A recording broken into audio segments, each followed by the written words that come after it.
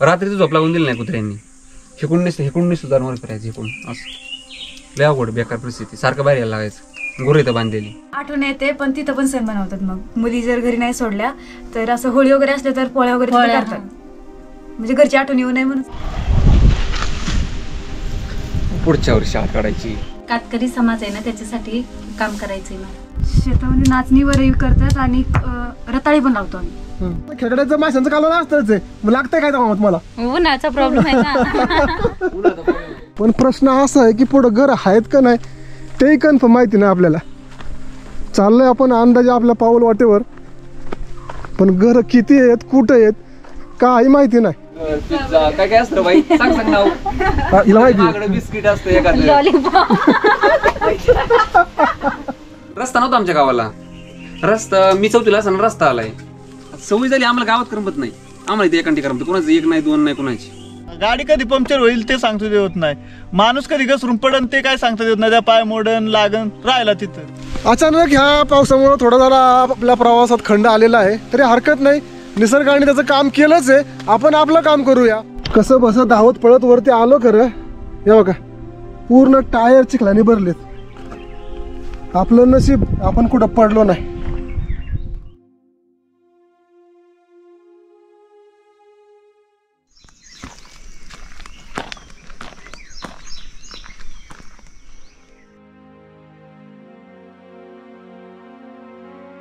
मंडळी नमस्कार.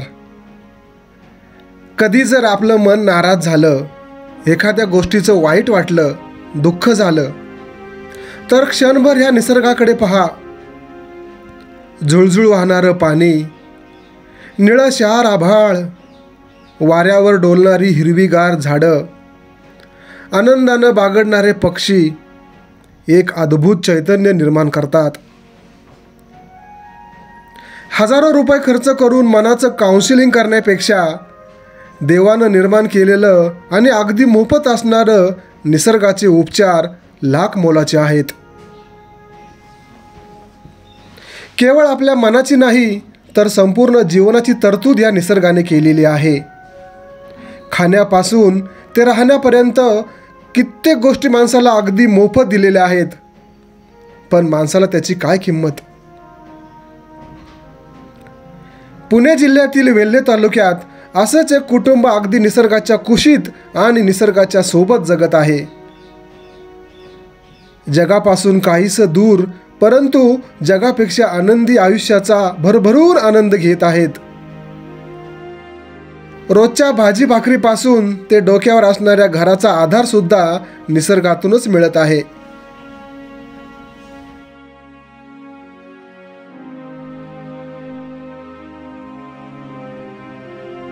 कधी कधी प्लॅन न करताच अनेक गोष्टी अनपेक्षितपणे आनंद देऊन जातात. जायचं कुठं माहीत नव्हतं. रस्ता फुटेल तिकडे जात राहिलो. कुणाला भेटायचं हे सुद्धा ठरवलं नव्हतं. वातावरणात अचानक बदल अनुभवायला मिळाला. वरुण राजाने हजेरी लावल्याने एक वेगळंच सौंदर्य खुलून आलं होतं.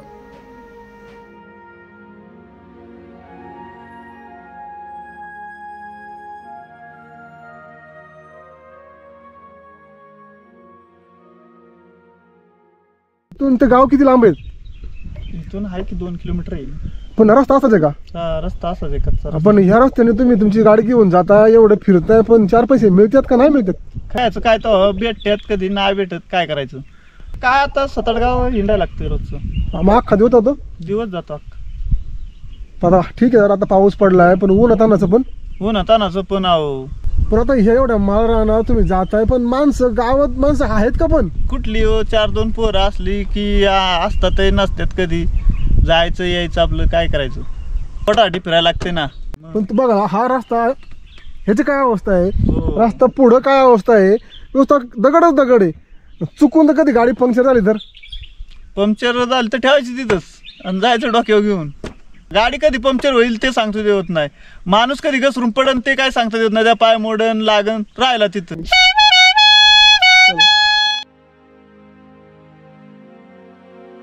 आजच्या प्रवासातील खरा प्रेरणादायी प्रवासी मला भेटला.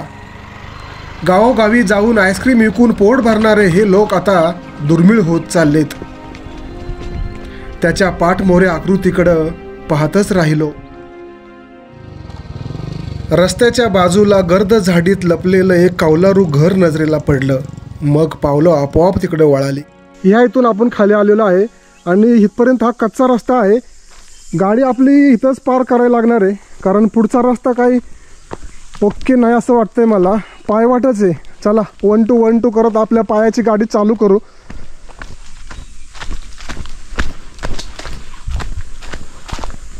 पण प्रश्न असा आहे की पुढं घर आहेत का नाही तेही कन्फर्म माहिती नाही आपल्याला.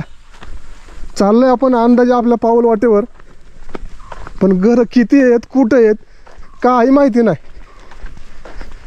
कारण आपलं नावच वाट सुरू आहे ना. जिकडे फुटल तिकडे वाट असेल तिकडे आपण जायचं, आणि नसेल त्या ठिकाणी वाट आपण शोधायची. असा हा वाट सुरूचा प्रवास, आणि आनंद शोधायचा ह्या प्रवासात. काहीतरी अनुभव मिळून जातो, काहीतरी नवीन वाट सापडती, याचा अनुभव मिळतो. बापरे, अरे बापरे बाप,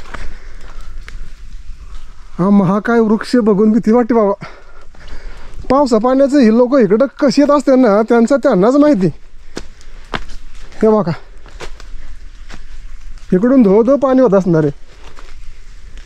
आता आपल्याला दिवसा भीती वाटती, हे लोक रोजच्या रोज कसे काय येत असतील, आणि ते पण रातचे रितचे. कठीण आहे बाबा. काय यांचा जीव इथं काय गुंतलाय ना हे समजत नाही माणसांचा. आणि ह्या मातीशी त्यांचं काय नातं सुटलंय ना ते आपल्याला उलगडत नाही. त्यांचं काय नातं आहे ना हे त्यांना समजून घेऊया आणि त्यांनाच विचारू.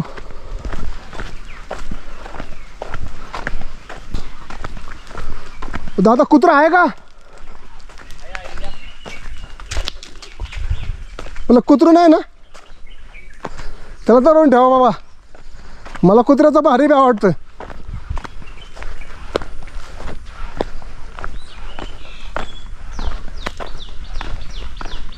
तुम्हाला रस्ता हाच आहे का? तुमच्या घरी आलोय आम्ही, तुमच्या घरी आलोय. हा त्याला आवरा.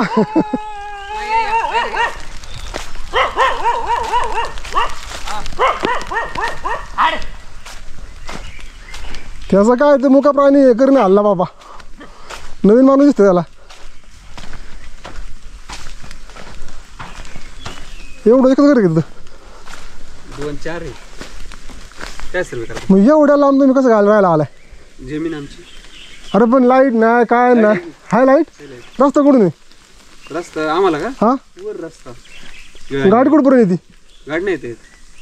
मग सामान कसं आणता तुम्ही? सामान तिथं आणतो तिथं, आणि तिथून आणतो काय आणायचं असलं वाहून. मग एक दिवस ठीक आहे होते. सारखं कोण सामान आणणार आहे? हा पण ते किती अवघड आहे काम. एकदाच काय आणायचं ते एकदाच. मग आणि काही बाजारात असलं तरी बाजाराचं घेऊन येतो. आणि शुक्रवार सोमवार बाजार असतो आमचा. आणि पावसा पाण्यात काय करता मग? पावसा पाण्याचं वशाड बिशाड एकदाच भरून ठेवतो. अहो ते नाही, पण ते वाड्या वेड्यातून जाता येतो पलीकडे जाता येतो आम्ही. सवय झाली आम्हाला, त्यामुळे काय एवढं हे नाही. आणि गाव कुठलं आहे तुमचे? गिळगाणीच. गिळगाणी. मग वरती कुठलं गाव आहे? ती गिळगाणी आमची 4 घर खाली आहेत. असं आहे होय. गिळगाणी. हा ही वाडी आहे का? वाडी बिडी नाही काय. मग ही 4 घर जिथं आपल्या जागेत राहिलेलं आहे. हा का? हा डायरेक्ट खाली गेलो म्हणलं आता चुकलं वाटतं कुठं तरी. गाडी खाली नाही खाली. पाऊस पडली गाडी नाही खाली आणायची, परत गाडीवर नाही जात. हा ना, तेच मॅटर झालं. म्हणलं जाऊ का नको पुढं. अरे पण तुम्हाला करमतं का? सवय झाली आम्हाला, गावात करमत नाही आम्हाला. इथे एकांटी करमत. कोणाचं 1 नाही 2 नाही कोणाची. नाव काय तुमचं? दत्ता जानकर. जानकर. हा मग बाकीची घर कुठे आहेत? ते काय खाली तेव्हा खाली एक आहे. अच्छा. एक तेव्हा इथं समोर एक आहे इथं असं, हा. आणि इथं खाली एक आहे. मग आता ह्या पाण्याचं काय असं तुम्हाला? आता पाणी इथं खाली एक विहीर सरपंचाने दिली आम्हाला हे करून हा. गेवंड्याच्या. ती पाणी बघा इथं वरती टाकी हे केली, टाकी बांधली इथं वरती. अच्छा. मग ते पाणी आम्ही अजून ते काही काम झालं नाही पाण्याचं. मग होईल पुढं मागं? पुढं माझं होईल. आता हा महिना गेला की हिरा इथं पाणी होतं. इथं पलीकडे इथं डावर आहे का तिथं? वडा आहे ना, हा. तेवढं आम्हाला जरा पुरतो. हा ते तेवढं. पाणी आम्हाला होळीपर्यंत पुरतं. हा. ही मालकी राहणं आहे, त्यामुळे रोड बीडचं नाही एवढं आम्ही हे करत. मग रस्ता निम्मा कसं माहिती का तिथपर्यंत 2 किलोमीटर चांगला वाटला मला. हा तो डांबरी केलाय. हा. हम्म. तिथून ठेकेदार पळून गेले ना. डायरेक्ट काम सोडूनच पळून गेला. ठेकेदाराचे काम सोडून पळून गेले. शबास. अवघड काय बाबा. पाणी चांगलं आहे आमचं, पाण्यापासून मरण नाही. आणि ते बरं आहे. काय लागतं माहिती आहे का? रस्ता, लाईट आणि पाणी, या 2 गोष्टी असल्या ना तुम्ही जगाच्या कुठल्या कोपऱ्यात राहा, काही अडचण येत नाही. तेवढं आहे. इथे दुसरं नाही, भात शेती वगैरे नाही, दुसरं नाही काय जास्त. नाचणी करतो आम्ही आणि दरबाई. मग दुसरा उत्पन्नाचा सोर्स काय तुम्हाला? काहीच नाही. पुढं असं पार्टीवाले येतात ना तिकडे, नाही का पार्टीवाले आले पुढं पार्टीवाले दिसते असतील तुम्हाला, तिकडे कुठं रोजगार मिळालं तर करायचं आणि विषयक बकरं पाळायचं बारीक मोठं. शेत काय? शेत नाचणी आणि वर आहे, 2च. दोन आहेत. भात बीत का बघायला? बस नाही, राशनिंग वर रेशनिंगचं तांदूळ मिळते ते खायचं, हा. नाहीतर मग अर्धे कोणाचं तरी करायचं भात. हात दुसरं बाकी नाही काय. मग शाळा बिळाचं काय? शाळा झाली भरपूर, बाहेर शिकून शाळा झाली आहे. हा का? शाळा सगळ्यांची झाली आहे पोरांची. माझी ग्रॅज्युएशन झालंय, एकीचं आता ग्रॅज्युएशन होईन पूर्ण, एक 12वीला आहे, एक 10वीला आहे. मग तुम्ही ग्रॅज्युएट होऊन मग इथं काय? शाळा नाही, ग्रॅज्युएट यंदा झालोय मी. हा का? कामच जुळलं नाही, मग घरी करायचं, काय करायचं आपण. मग शेत किती आपल्याला? शेत तिथं आहे 3-3.5 एकर आहे, जास्त नाही. अच्छा. मग दुसरा उद्योग मध्ये गुरं बिरं असतात ना? गुरु आहेत की, ही काही गुरु बघितली घराच्या वरती बांधले सगळी. हा का? घरात राडा होतो गुरांचा म्हणून, आणि ती गपकीने पाऊस आला ना, जनावरांचं लय व्या, वाघाचं तर लय व्या असतं, लय व्या करत ती म्हणून तर कुत्री पाळल्यात ना. हा हा. रात्रीचं झोप लागून दिली नाही कुत्र्यांनी. हेकून नसतं जनावर फिरायचं हेकून, असं लय अवघड बेकार परिस्थिती, सारखं बाहेर यायला लागायचं. गुरु इथं बांधलेली. मग ते काय जनावर डुकर आहे का वाघ आहे हेच कळत नव्हतं. ते डायरेक्ट असं इकडून येतं ना, धड धड धड पळत इकडे यायचं. 2 कुत्री होती इथं पाळ्यात म्हणून, त्याच्यामुळे आम्हाला काय वाटत नाही अजिबात. पण बाहेर येऊन मग डेअरिंग पण होत नसेल ना? बेरिंग होती, सवय झाली आम्हाला ती. तुझ्याकडे हातारा असतील ना? पण हत्यारा नाहीत, सवय झाली. कुत्रे नाही, एवढं कुत्रे नाही जवळ येऊन देत जनावर. मग चुकून आहे का जनावर पुढे घरात किंवा नाही एवढं नाही. एकदा कुठं ते पडी वर चढला होता, वाघ? हा, त्या पडी वरतून चढून परत खाली उतरून गेला. काय नशीब म्हणायचं. एखाद्या मंदिरापेक्षा पवित्र ठिकाण वाटलं. भले तिथं देव नसला तरी देवापेक्षा मोठ्या मनाची माणसं भेटली. हे नक्षीकाम बरंच काही सांगून गेलं.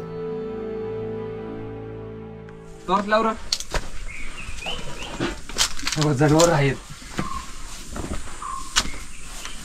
किती गुरं का इथं? गुरं 8-10 गुरं आहेत. अरे बापरे. वैरण रस्ता आहे का? वैरण रचत होतो, तेवढ्यात खाली उतरलो आणि पाऊस आला, भिजली ना वैरण. तुमच्या कामात मी येते आणलंय बरं का? हा, तुमच्या कामात मी येते आणलाय.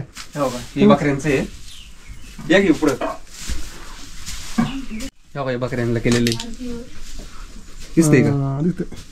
हो, हे बकऱ्यांना केलेले. तेव्हा इथं वर येऊन जातो वाघ, बकऱ्यांच्या इथं. हा, ते बरोबर त्या बकऱ्याच्या वाफावाला असणार. ही पलीकडे ही पडवी आहे ना, हा. त्या पडवीवर येतो, इथं वर येतो. पण ते भीतीच आहे ना. भीती म्हणजे आता काय बोलायचं नाही. आता हे डाल बिल बघायला मिळत नाही बरं का आता. हे डाल बकऱ्यांचं आहे. बारकी बकरी असतात ना, हा, तरी 7-8-10 बकरी असतात यात. ते टाकायची. इथं ठेवतो आम्ही, असं हे असतं ना, हा. असं ठेवायची आणि ह्या तातमध्ये ठेवायची. ती बाहेर ह्यातून मुकी काढून बसतात निवांत. वरती काय करताय? वरती पेंढराच होतो.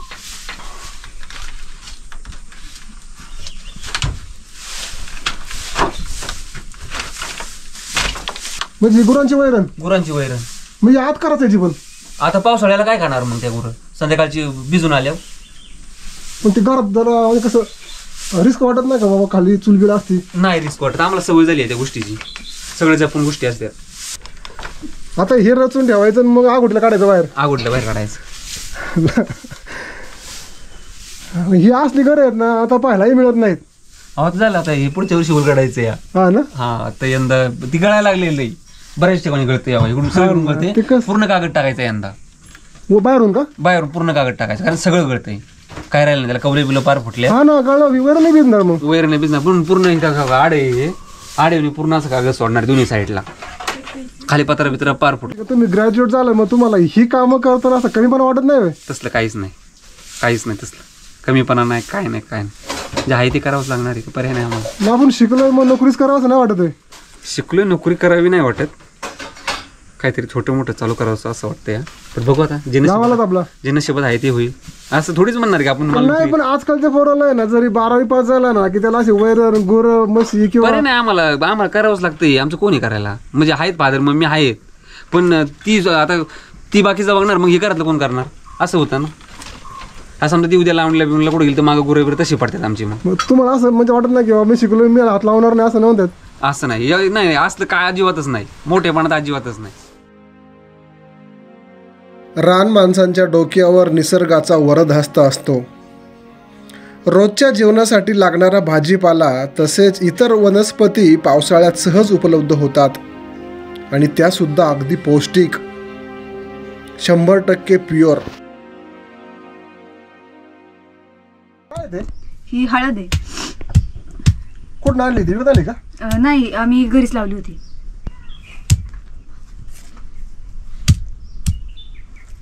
नाही, हे बरं आपलं घरच्या घरी सगळं उपाय. हा, आता ही टिचून काय करणार तिला? हिची बारीक करायचं हे असं हा. वाळवायचं आणि नंतर मग दळायची. सुकून का? हा मग तुम्ही तिचा वापरता का? हा, मीच वापरते. विकत नाही घेत आम्ही, घरीच लावतो आणि घरीच बनवतो. मग असं काय काय असतं तुमच्याकडे इथलं शेतामध्ये? शेतामध्ये नाचणी वरई करतात आणि रताळी पण लावतो आम्ही. नाही, मग आता हळद पण घरी आहे, वर रई नाचणी घरी आहे, दूध घरी आहे, मग विकत काय आणता मग? विकत कडधान्य. कडधान्य, तेल,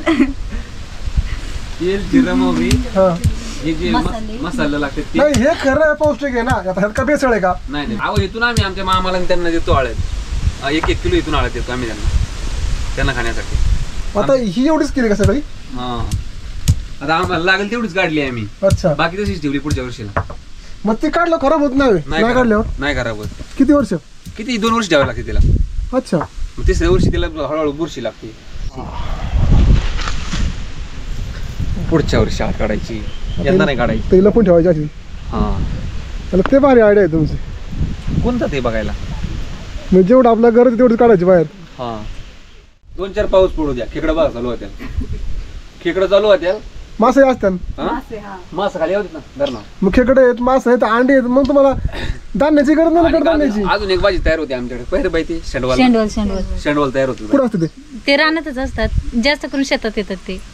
आता मोकळ रान असतं ना, मोकळे नाही, रानात मध्ये आपोआप येते का? हा, मग ते म्हणजे कसं माहिती का, आता आपण कसं राजगिरा पेरतो किंवा नाही त्याला पेरव नाही लागत, तसलं नाही, तसलं असं डायरेक्ट येतात ते. मग ती कडून खायची. हा, ती घेऊन यायची, शोधावी लागते फक्त. दिवसभर हिंडायचं. ती एवढी भाजी वळा होती, दिवसभर हिंडून एवढी घरी आणायची, मग ती 2 वेळा करायची. आता तुम्ही म्हणताय खरं आम्हाला आर्थिक अडचण आहे, तुम्हाला काहीच अडचण नाही तसं म्हणलं तर. भाजी मिळते, दूध आहे, आता पावसाळ्याची झाली अहो ही आणि भाजी. आणि नाही काय मग तुम्ही मला खेकड्याचं माशांचं कालवण असतंच आहे, मग लागतंय काय तेव्हा तुम्हाला? उन्हाचा प्रॉब्लेम आहे ना. अजून काय काय असतं आपल्याकडे? गरगाट, हा, आळूची पानं. बघ, म्हणजे तुम्ही खरं पौष्टिक खाताय का नाही? त्यात बेसळ आहे का, मिसळ आहे का, काय केमिकल आहे का, काय खत नाही काय नाही, आहे का नाही? नाही, तेवढं खाण्याच्या बाबतीत आमचं नैसर्गिक देवाणले दिले आम्हाला खाण्याच्या बाबतीत. हो, तेच तर पाहिजे ना. तर कुठल्या गोष्टी की असं मोठे जी लोक खातात, मोठ्यांची पोरं, ती आमच्या पोरांना भेटत नाही. काय खातात मोठ लोक? बर्गर आणि पिझ्झा. बर्गर, पिझ्झा, काय असतं बाई, सांग नाव. हिला माहिती? मागडं बिस्किट असतं एखादं, लॉलीपॉप तू खाला का बर्गर कधी? मोमोस. नाही तर तुम्ही खालाच नाही, तुम्हाला कसं माहिती मग? नाव ऐकलं? नाव ऐकलेली परत. अरे पण ते पौष्टिक नाही असं कोण म्हणलं? पिझ्झा बर्गर पौष्टिक नसतं असं कोण म्हणलं तुम्हाला? असं वाटतच बघून त्याच्याकडे, त्याच्यात आम्हाला भेटत नाही, आम्ही खाऊ कुठे. तुम्हाला कळलं कसं काय? इच्छा होती पण करायचं काय आता? मग तुम्हाला बर्गर खायचं आहे का? आता नको. पण त्या नाचणीमध्ये सत्व आहे किंवा पौष्टिकता आहे, त्या बर्गर मध्ये आहे का? ते त्यांना नाही, हे त्यांना माहिती, आम्ही खाल्लाच नाही अजून. आम्हाला याची जाणवली नाही ती अजून. आणि नातीच्या भाकरीचं आम्ही सांगू शकतो. आता माझ्याकडे पैसा असला मी बर्गर खाईल, पण त्याने माझं आयुष्य वाढणार आहे का किंवा पौष्टिक काय मिळणार का मला? नाही, ते तुम्हालाच माहिती, तुम्ही खालाय म्हणजे. हा, मी तर काही घालत नाही. सहजासहजी आजारीपणा आमच्याकडे कमी. वर गावात गेला ना तुम्ही तरी 100 उलटलेली लोक आहेत. आम्हाला पाणी पण आहे, लाईट पण आहे, पण गिरण नाही आम्हाला. मग इथून किती लांब आहे गिरणी तुमची? कुठल्या गावात आहे? वेलला डायरेक्ट जावं लागतं 11 किलोमीटर. म्हणजे ते दळायला तुम्हाला 11 किलोमीटर जावं लागतं. हा, या रान माणसांच्या काही अडचणी आहेत, बेसिक अडचणी आहेत हो त्यांना. पाणी आहे इथं, लाईट आहे, पण प्रॉब्लेम असा आहे की त्यांच्याकडे आहे ना पीठ गिरणी नाही आहे, त्यामुळे त्यांना 11 किलोमीटर डोक्यावर धान्य घेऊन दळायला जायला लागतंय. मी तुम्हाला असं आवाहन करतोय की तुमच्यातला दानशूर व्यक्ती पण जरा जागा होऊ द्या. या ताईंसाठी थोडंफार मदत म्हणून तुम्ही जर यांना एखादी पीठ गिरणी घरगुती चक्की असते ना त्या टाईप जर तुम्ही घेऊन दिली ना तरी खूप बरं होईल.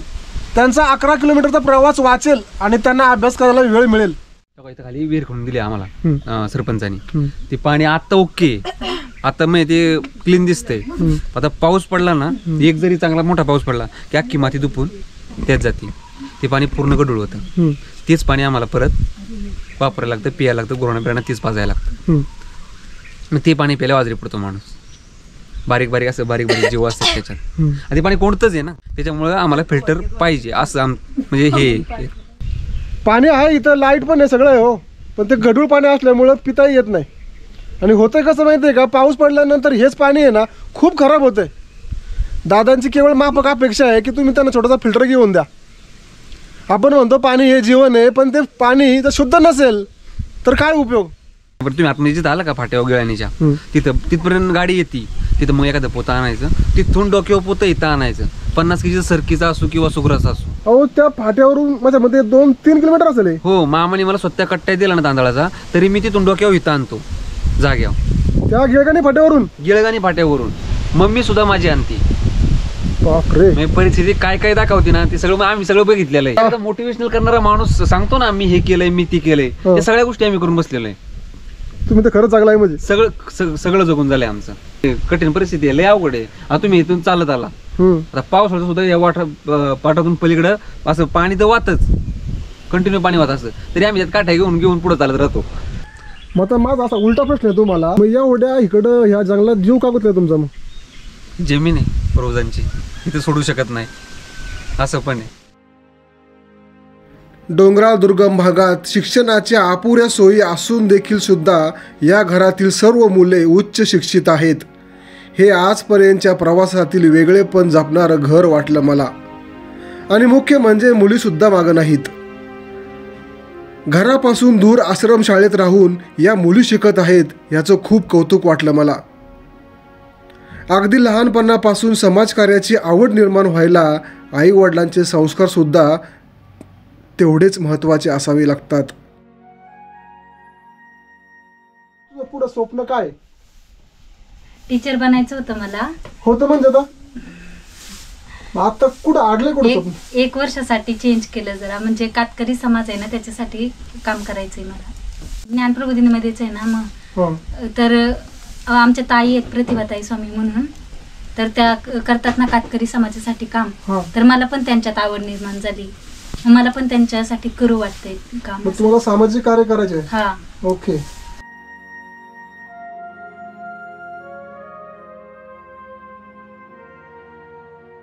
शाळेचा कंटाळा नाही केला कधीच, शाळेत जाऊ वाटायचं. हा ना, नाही चांगलं आहे. आणि तोच एकमेव पर्याय आहे तुमच्या लाईफ सुधारायला किंवा अजून पुढे जायला आहे ना. शिक्षण हा एकच मेव पर्याय आहे.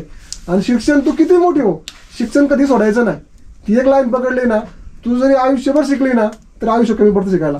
पण शिक्षण ही एकच गोष्ट की तुला तुझी परिस्थिती बांधायला कारणीभूत ठरू शकते. कपडे किंवा युनिफॉर्मसाठी किंवा पुस्तकांसाठी तुम्हाला काय हेल्प हवी असते का? हा, पुस्तकांसाठी असतेच ना. मग पुस्तकांसाठी कधी कधी पैसे पण नसतात, मग थांबावं लागतं. कधी कधी 6 महिने पण थांबावं लागतं पुस्तकांसाठी. जेव्हा घरचे पैसे कमवतील तेव्हा पैसे देणार, मग तेव्हा आम्ही पुस्तक दुसऱ्यांच्या पुस्तकावर. हा, तेव्हा शेजारची मैत्रीण असते ना तिच्या पुस्तकांवर अभ्यास करायचा. आपलं घर इकडं, आई वडील इकडं, मग हॉस्टेलला करमतं का? हा, पण येतीच ना. घरची आठवण येते, पण तिथल्या ताया खूप छान आहेत, म्हणजे जे सांभाळतात ना त्या. आणि महिन्यातून येतो आम्ही घरी एकदा. मग ते हॉस्टेलला किती फी वगैरे किती असते? 7,000 असते वर्षी. वर्ष 7,000. युवतींना 7,000 आणि छोट्यांना 5,000. 5,000. कातकरी प्रकल्प म्हणून एक आहे आणि स्वधार प्रकल्प म्हणून. मग त्या प्रकल्पातनी काम करायला ताई चान्स देतात. मग एक सत्र घेतलं तर त्याचे 100 रुपये मिळतात. मग असं महिन्यातून 500-600 रुपये होतात. त्यातून आपला स्वतःचा खर्च तरी बघतो. म्हणजे आता आई बाप्पा इकडे सगळे, भाऊ इकडे, मग कधी सण बिन आला तर मग हॉस्टेलवरून आठवण आहे तुम्हाला घरची? आठवण येते, पण तिथं पण सण बनवतात. मग मुली जर घरी नाही सोडल्या तर असं होळी वगैरे असले तर पोळ्या वगैरे करतात. म्हणजे घरची आठवण येऊ नये म्हणून सगळे करतात तिथं, असं असतं.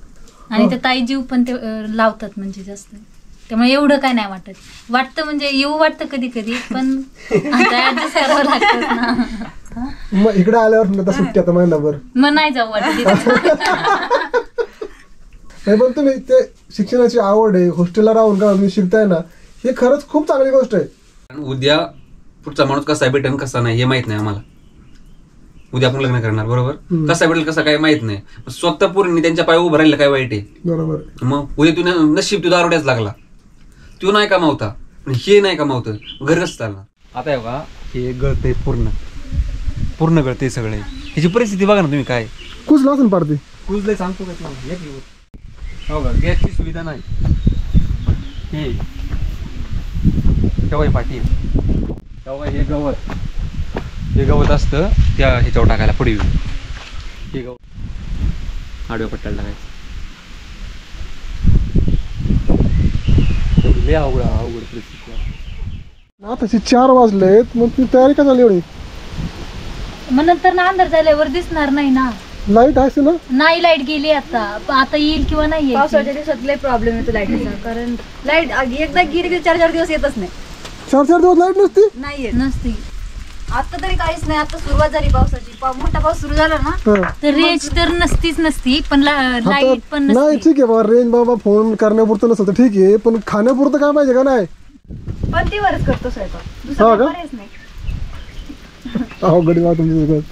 पण एवढं बरं आहे, मस्त शांत वातावरण आहे. कुणाची 1 नाही 2 नाही. हा तेवढा आहे. हा शांतता आहे, मानसिक शांतता आहे चांगली. आता काय काय तयारी करता बाबा घरात. गवऱ्या भरून ठेवलेत, आज वैरण भरून ठेवले. हा आता फाटी भरायची, तोडून भरायची. आणावे लागतात ना अगोदर फाटी. हा मग सगळे नाही आणून झाले हा. अजून आणावे लागतील. मग ते सगळे आणून फाटी आतातून ठेवायची, गवऱ्या रचून ठेवायच्या. हा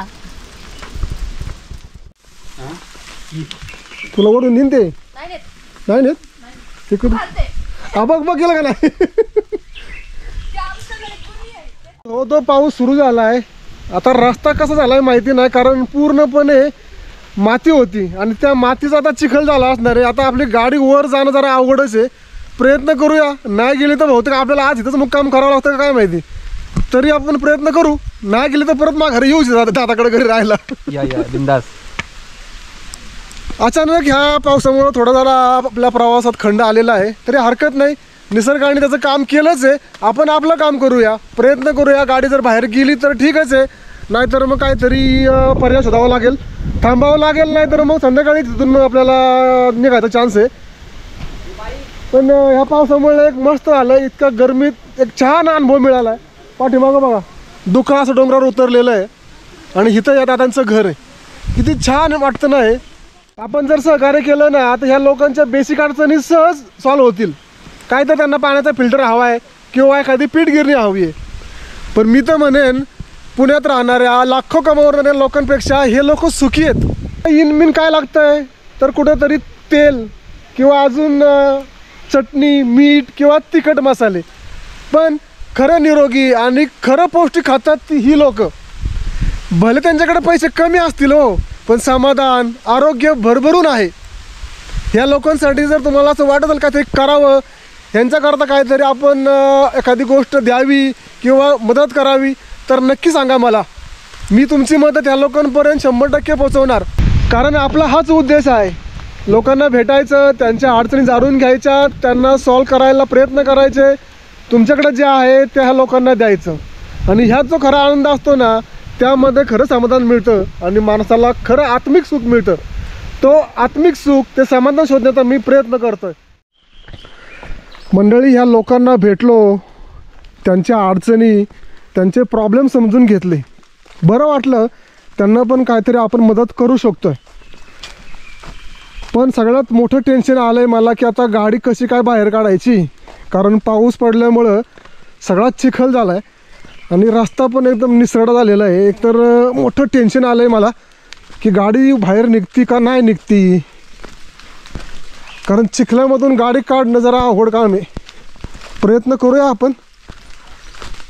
शेवटी म्हणतात ना, प्रयत्नांती परमेश्वर.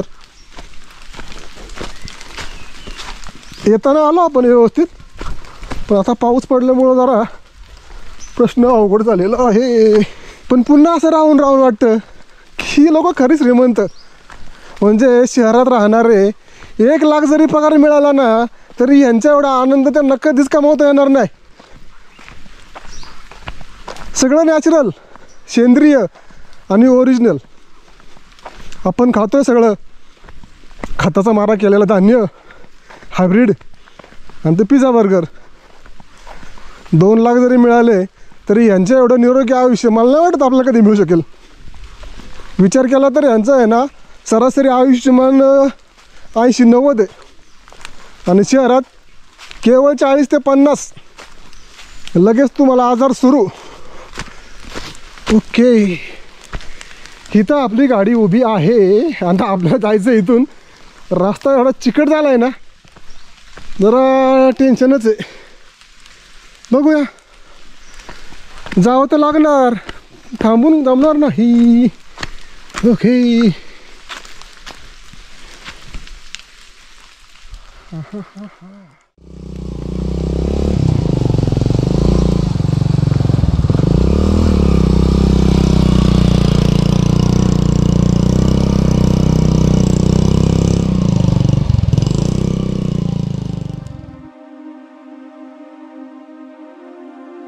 देवाचं नाव घेतलं आणि डेअरिंग करून निघालो.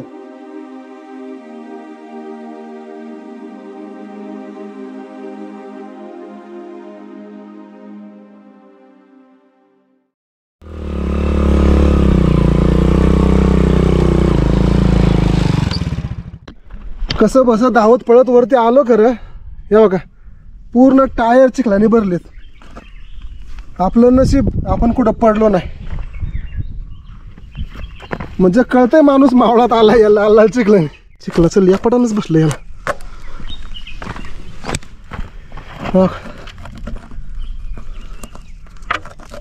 असं काय निघणार नाही. ते ड्रायव्हिंग करता करता जाईल तो. या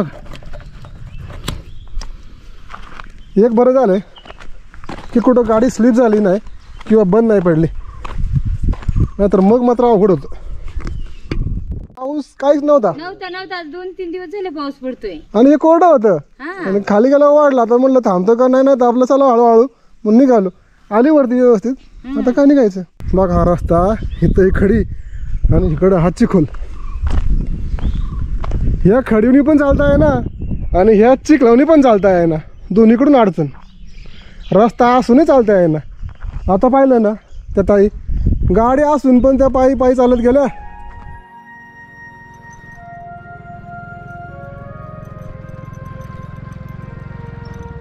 मंडळी, धरणीला माय का म्हणतात हे आज मला या रान माणसांना भेटल्यावर खऱ्या अर्थानं समजलं. धरणी मातेवर आभाळा एवढी माया फक्त हेच लोक करू शकतात.